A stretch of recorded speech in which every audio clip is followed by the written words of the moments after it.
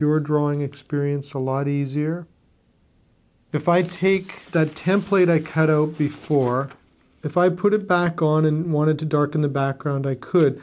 But don't throw anything away until the drawing's over, because you might actually want to come in and use that to protect your background. If you're working in a certain area, you've already got a window cut out, why not rest your hand on that?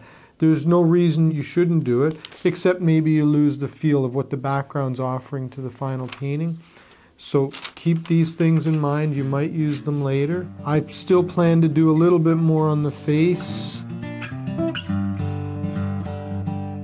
This was my original drawing, the thing I transferred onto the surface. If you look at it, this area here is where the eye is, and I might want to relocate that eye again. So it's easier for me to take this, trace just what I want off of there, and take that sheet out. And now I've got that eye in the right position so I can flip through. It's still that opened area here.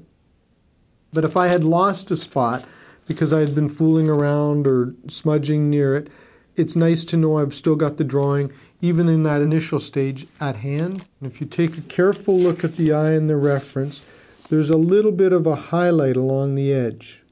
And I don't want to lose that. That might be the little reflected light that's going to differentiate it from the background or the fur next to it. And I'll just do a sliver of dark next to that sliver of light. And that keeps a little bit of life happening on that far side of the picture should somebody want to locate that other eye. Then I'll just continue darkening some of that fur around it. So far in the forehead, I haven't done a lot of the dark lines, but I'm starting to put some in from this side over. And I don't want to, despite the temptation to walk away from an area, I don't want to leave this as white as it is, so I've got to darken it. So I'm going to start darkening things when I feel comfortable with the values I'm achieving. It's been a while since I stood up and looked at the work from a distance. I'll grab my plexiglass, which I can then look at both things together and see how my values are coming. I recognize that this could be a little bit darker, so could this here area, and areas under here might also need a little bit more adjusting. I'm still going to get darker, but that's a slower process. I mean, I'll build it up. And I'll give it a little bit more dark here, which I have barely started putting the fur in. I'm again trying to make the interest happen around here, so I know that the white spot in the eye, or near the eye, these lid areas, are going to be brighter only if I make the area next to them darker. Watercolor artists are notorious for leaving too much white, and that'll weaken or drain out the painting. The colors just don't seem as vibrant if there's so much white to detract from it.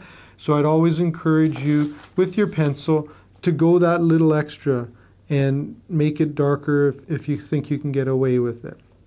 I've told you in the workshop that ruining a drawing is okay to do if you're going to learn something from it. And one of the things I think you will learn is that in a lot of cases, you stop too early.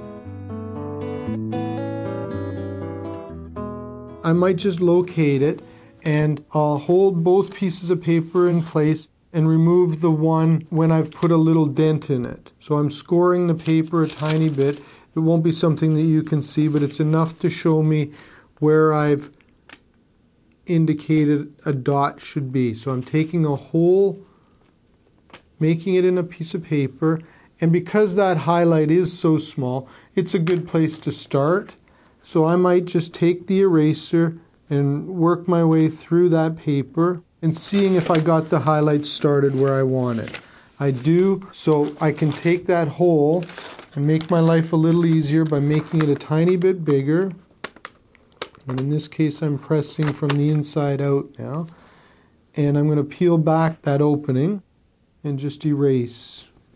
Sometimes it's not pure white I'm looking for, but in this case I am. If I want it bigger, and since it's happening right before me and it just coincidentally is the right size, I can use an erasing shield placed over top of that same spot and do the erasing through it. Now it might take some time to do it. I'm not in a hurry. I'm just trying to get it accurate.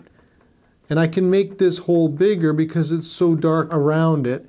And when I take it out, that starts to be my highlight.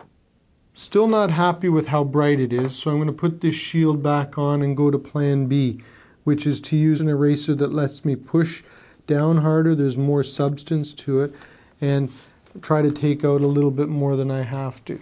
If you put too much black on the paper, you can lose it in the fibers of the paper, but I think we're okay here. And a lot of times what I'll do is just put that highlight in and soften the edges a tiny bit so that it's not as obvious that I've erased it, and still keep that white. With animals like this, it's very little of the pupil and the iris that you see, but the highlight on the eye makes a big difference. Another option would be to take an erasing shield and use an electric eraser. It would let you get down to the paper pretty quick and ensure that you got as much of the dark removed as possible. I'm not worried here about the amount of white showing because I know I'll embellish it a little bit more with the darks that I end up placing in this fur.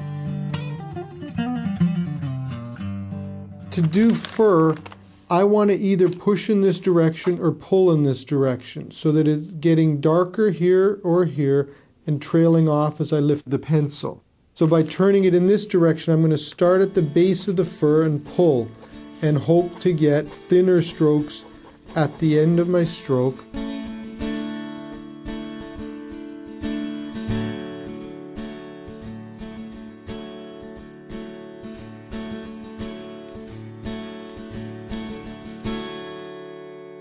All I'm taking is the very flat part of the pencil on its side, and I'm scuffling it in a sketch-like but different grip direction. It's a sketchy surface. I'm trying to create some of this texture, and it's up to you how you want to demonstrate it. I will take and soften this probably with the blending stump, but to get some of it on, it's easier to build it up with the edge of the pencil, and it's a different texture altogether than the fur I've been doing.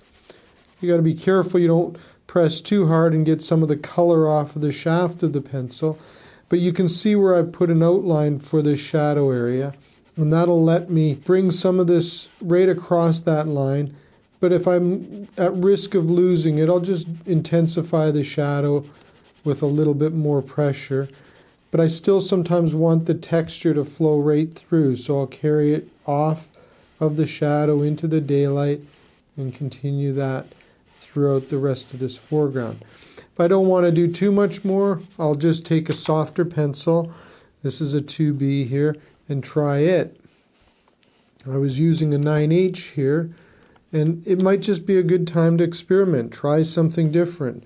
If you've never done this before, use the side of your pencil. Anything's possible, anything's allowable if it gets you the effect you want. Remember, there are no such thing as mistakes, just techniques waiting to be used somewhere else. A lot of the paintings and drawings I do end up taking place over many days, not minutes or hours as this one started and finished in the same sitting.